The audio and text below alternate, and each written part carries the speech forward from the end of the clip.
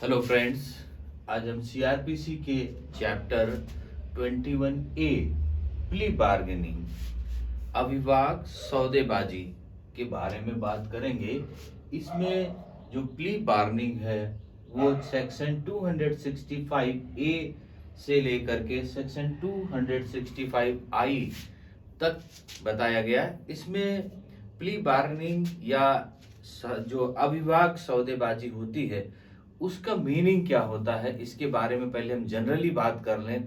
अविवाद सौदेबाजी का मतलब होता है कि जो व्यक्ति जिसने चोट खाई है या जिसके साथ में कोई घटना घटित हुई है और जिस व्यक्ति के द्वारा घटना घटित की गई है उस व्यक्ति के साथ में आपस में बैठा करके सामंजस्य स्थापित करके ऐसा कुछ कर दिया जाए कि जो चोट खाया है उसको उसका जो कंपनसेशन है, भरपाई है, वो मिल जाए और मिलने के बाद में जो उसकी सजा है, जिसने ऐसा किया है उसकी सजा कम हो जाए या तो उसकी सजा समाप्त कर दी जाए।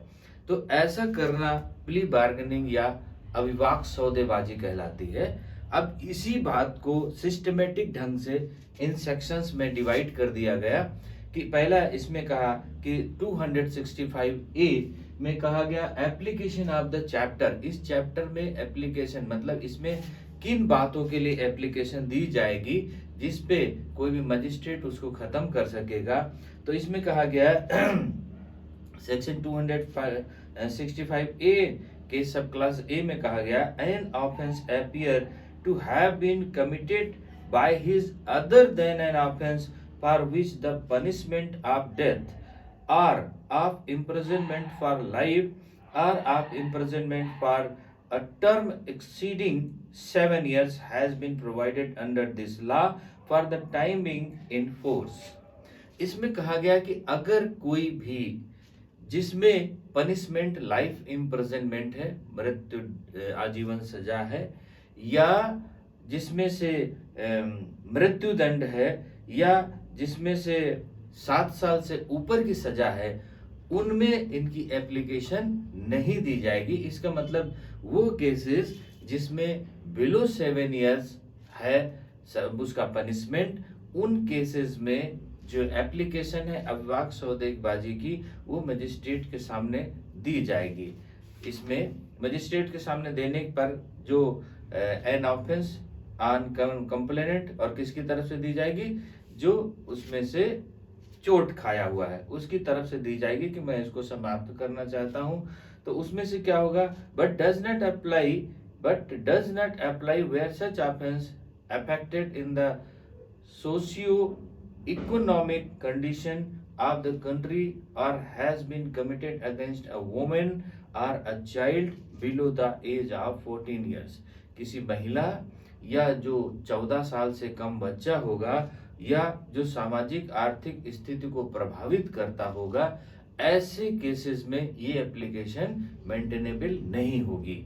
इन एप्लीकेशन मतलब किसी महिला या 14 साल से कम कोई बच्चे या जो सामाजिक आर्थिक स्थिति को प्रभावित करता है, ऐसा कोई केस है तो उसमें अविवाद सौदेबाजी की एप्लीकेशन मेंटेनेबल नहीं होगी।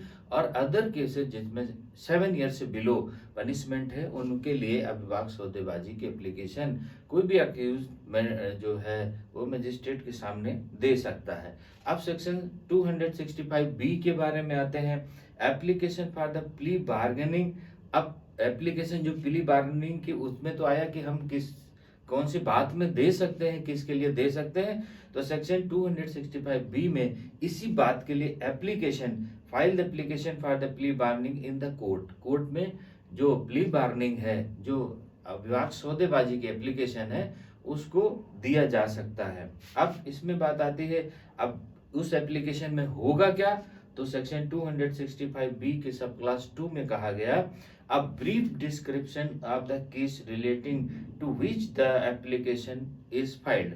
जो एप्लीकेशन फाइल की जाएगी उसमें केस का पूरा संक्षिप्त सार लिखा जाएगा और वो एफिडेविट के साथ में, आइडेंटिफिकेशन के साथ में उसको मजिस्ट्रेट के सामने प्रस्तुत किया जाएगा।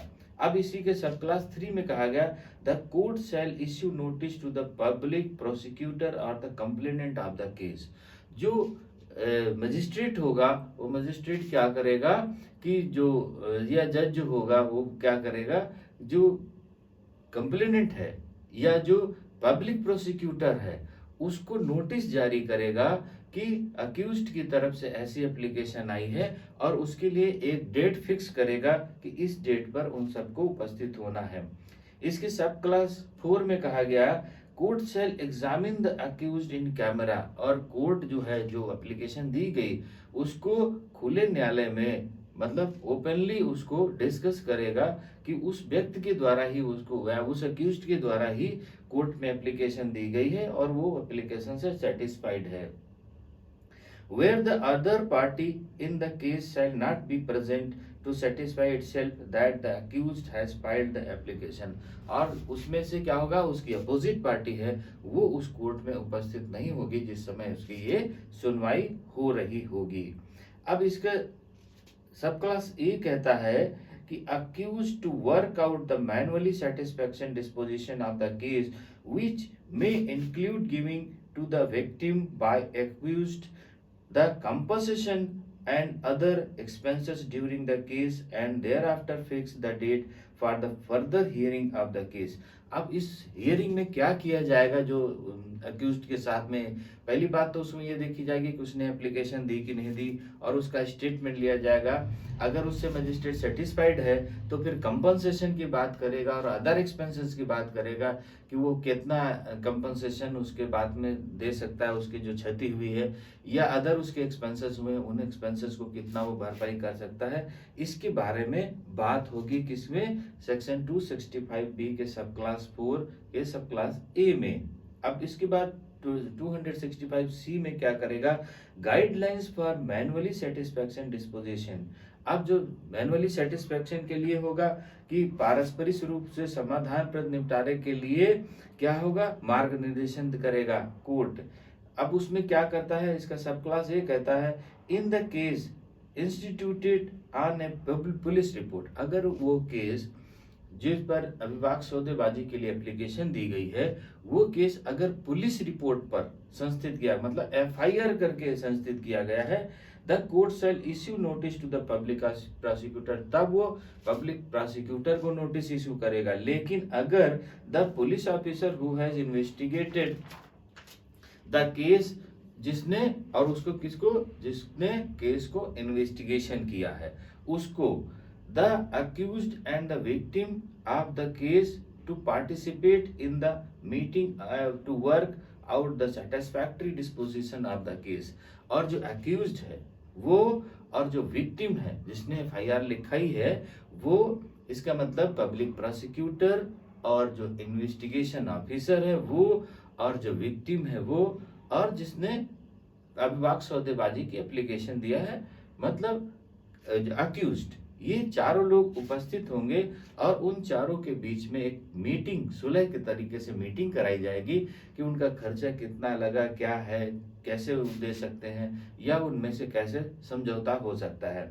अगर वो बात सेटिस्फैक्टरी होती है तब 265D में कहा गया the court shell prepare a report for such disposition which shall be signed by the prescribing officer of the court and all other persons who participated in the meeting, and if no such अब इसमें कहा गया कि अगर meeting successful रही मतलब इनका जो आपस में डिस्क्रिप्शन रहा, जो आपस में डिस्कशन रहा, जो सुलह समझौते की बात रही, अगर वो सक्सेसफुल रहा तो उसकी एक रिपोर्ट तैयार की जाएगी और उस रिपोर्ट में जो प्रोसाइडिंग ऑफिसर होगा वो दस्तखत करेगा और जितने लोग उस बैठक में शामिल हुए होंगे वो सब के सब दस्तखत करेंगे। और यदि वो मीटिंग असफल रही तो भी ये चीज होगी, लेकिन if no such disposition has been work out the court shall record such observation and proceed further in the accordance with the provision of the code for। अब अगर ये जो मीटिंग हुई वो सक्सेसफुल नहीं हुई, तो कोर्ट क्या करेगा, उनके सारे डॉक्यूमेंट्स को कलेक्ट कराएगा, तलब करेगा। तलब करने के बाद जो फर्दर प्रोसीडिंग होगी उसकी, कि आगे गवाहियों को बुलाएगी, अदरवाइज नेक्स्ट प्रोसीडिंग जो भी होगी वो कोर्ट उसको करेगा, अगर मीटिंग सक्सेसफुल नहीं हुई तब। अब इसके सेक्शन 265 कहता है डिस्पोजल ऑफ द केस, अगर मीटिंग सक्सेसफुल हो गई तब the court shall dispose the case in the following manner, तब कोर्ट ये जो नीचे कंडीशन बताई गई हैं section 265 A B C D, इनमें से उन कंडीशन के तहत कोर्ट को केस को समाप्त कर देना होगा। पहली कंडीशन कहा इन्होंने, the court shall award the compensation to the victim in accordance with the disposition. जो सुलह समझौता की बात हुई, जो हमारे मीटिंग की बात हुई, मीटिंग में जो भी कंपनसेशन डिसाइड किया गया कि जो अक्यूज्ड पर्सन है वो विक्टिम को या जो उनको कितना पैसा देगा जो चोट खाया हुआ है, वो डिसाइड तो उसकी कंपनसेशन के लिए ऑर्डर करेगा कि इस डेट को उनको कंपनसेशन ये प्रोवाइड करेगा, वो इनको कंपनसेशन देगा। और उसके बाद and follow the procedure specified in the succeeding clauses for the imposition the punishment of the accuse. और उसके ये तो हो गया, पहले अवार्ड कर दिया कि इतना पैसा उसको दे दिया जाए, और दूसरी बात क्या हो जाती है कि उसकी जो संक्षिप्त, अब उसकी सजा के बारे में सुनेगा कि अब अवार्ड देने के बाद में उसको सजा क्या दी जाए, या मुक्त किया जाए या उसको सजा सुनाई जाए, उसके बारे में दोनों पक्षों को सुनेगा। सुनने के बाद में आता है नेक्स्ट पार्ट में, in the case of the accused it में release the accused on probation to और provide the benefit of any such law. अगर उसको रिलीज कर दिया जाता है सम टाइम बीइंग के लिए, या तो उसको इस जो आदेश होगा उसके प्रोविजंस के तहत उसको नियम को फॉलो करना पड़ेगा, जो उसको बेनिफिट मिल सकते हैं। इसमें नेक्स्ट बात कही, इट में sentence the accused to half of the minimum punishment. अगर हियरिंग में ऐसा फाइंड आउट पाया जाता है कि नहीं, उसका दोष ये जो अभिभावक सौदेबाजी से है उसका दोष कम हो गया और वो जो अक्यूज्ड जो विक्टिम पर्सन है वो उसको माफ करना चाहता है, या ऐसे हो जाता है कि उसकी सजा कम कर दी जाए, तो जो मिनिमम सजा उस धारा में उसके लिए होगी वो मजिस्ट्रेट उसकी हाफ धारा करके, मतलब उसकी हाफ सजा, सपोज करते 7 साल की है तो उसमें से 3.5 साल की सजा सुना करके उसे छोड़ देगा, 3.5 साल की सजा सुनाएगा। अगर ऐसा नहीं होता है, इसके नेक्स्ट पार्ट में कहा गया कि ऐसा भी पाया जाता है कि उसकी और सजा कम की जा सकती है, तो मजिस्ट्रेट उसको मिनिमम सजा में से 1/4 मतलब 1/4 भी सजा प्रोवाइड कर सकता है या उसको दोष मुक्त कर सकता है। अब सेक्शन 265F में कहा जजमेंट ऑफ द कोर्ट। अब ये तो बात हो गई कि सजा का प्रावधान कितना दे सकता है। अब जजमेंट का, the court shall deliver its judgment. अब कोर्ट इस बात का इस जजमेंट सुनाएगा, सेक्शन 205E में जो बात कही गई उसके बारे में जजमेंट सुना देगा। किसमें? सेक्शन 265F में।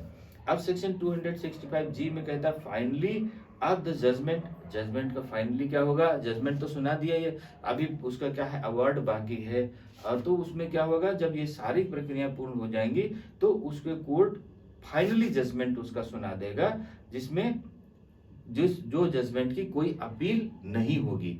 फाइनली जजमेंट के बाद में उसकी कोई अपील नहीं की जा सकती। अब इसमें कहा गया सेक्शन 265H में power of the court in plea bargaining. ये जो प्ली बार्गेनिंग है, जो वाक सौदेबाजी है, इसमें कोर्ट की पावर क्या है, तो उसमें जो बिलो 7 ईयर्स के बाद में जब बेल कराने के चार्ज ट्रायल के बाद जो कोर्ट में वो प्रोसीडिंग फॉरवर्ड होती है, प्रोसीडिंग चलती है, तो उसमें मजिस्ट्रेट को वो सारे पावर मौजूद हैं, सारे पावर उसको है कि वो केस को समाप्त कर सकता है, 1/2 उसकी मिनिमम सजा कर सकता है, 1/4 कर सकता है या मुक्त कर सकता है। वो सारे पावर्स उसको मौजूद हैं। सेक्शन 265I में कहा period of detention undergone by the accused to be set off against the sentence of imprisonment. जो पहले से उसने सजा काटी है, मतलब जिस समय उसको घटना घटित हुई, घटना घटित करने के बाद जब वो जेल भेज दिया गया, तो जेल में जो सजा उसने काट ली है, जो सजा जो जेल में समय व्यतीत किया, वह समय उसकी सजा में से डिडक्ट कर दिया जाएगा। वह समय भी उसमें इंक्लूड किया जाएगा कि उसने इतने साल की सजा पहले ही काट ली या इतने दिनों की सजा पहले काट ली है और बाकी इतनी है, तो उसकी सजा को ऐसे किया जाएगा, मतलब माफ किया जाएगा। सेक्शन 205J सेविंग्स, इसके सेविंग्स क्या होंगे? The provisions of this chapter shall have effect not with standing anything inconsistent therewith contained in any other provisions of this code, and nothing in such other provisions shall be constructed to constrain the meaning of any provisions of this chapter।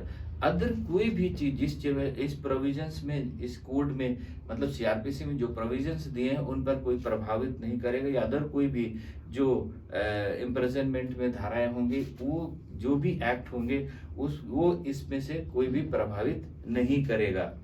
अब इसमें section 265K में कहा statement of accuse not to be used, very important point है। इसमें कहा गया section 205K में जो अक्यूज ने एप्लीकेशन दी अविभाज्य सौदेबाजी के लिए विद एफिडेविट, उस एप्लीकेशन को या उसके कंटेंट्स को कहीं पर भी यूज नहीं किया जाएगा सिवाय इस कोर्ट में, इस केस के सिवा अदर कहीं उसको यूज नहीं किया जाएगा। The statement or fact stated by the accused in an application for plea bargaining filed under section 265B shall not be used for any other purpose except for the purpose of this chapter। इस chapter के अलावा उस application को या उसके contents को कहीं पर भी यूज नहीं किया जाएगा, ये स्पष्ट इन्होंने मना किया।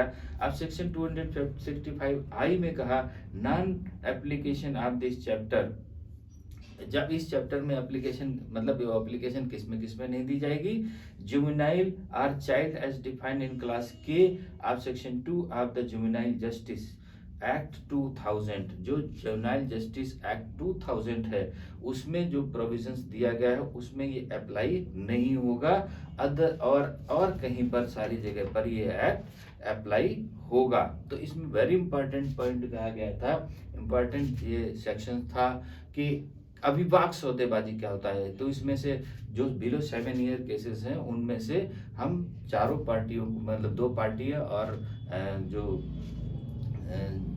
जो हमारा अक्यूज्ड है, विक्टिम है, और जो इन्वेस्टिगेशन ऑफिसर है, ये सारे लोग बैठ करके मीटिंग करके ये तय करेंगे कि इसमें इतना एक्सपेंसेस हुआ और इतना इसको देना चाहिए, तो उसकी सजा माफ हो सकती है, घट सकती है, 1/2 हो सकती है, 1/4 हो सकती है, पूरी माफ हो सकती है, और केस की प्रोसीडिंग, मतलब केस में जो केस की संख्या है वो कम हो सकती है और केस समाप्त किए जा सकते हैं। तो इसमें से ये बात कही गई अविभाज्य सौदेबाजी में। अब सेक्शन 2 चैप्टर 22 हम नेक्स्ट पार्ट में डिस्कस करेंगे। ओके, थैंक यू, जय हिंद।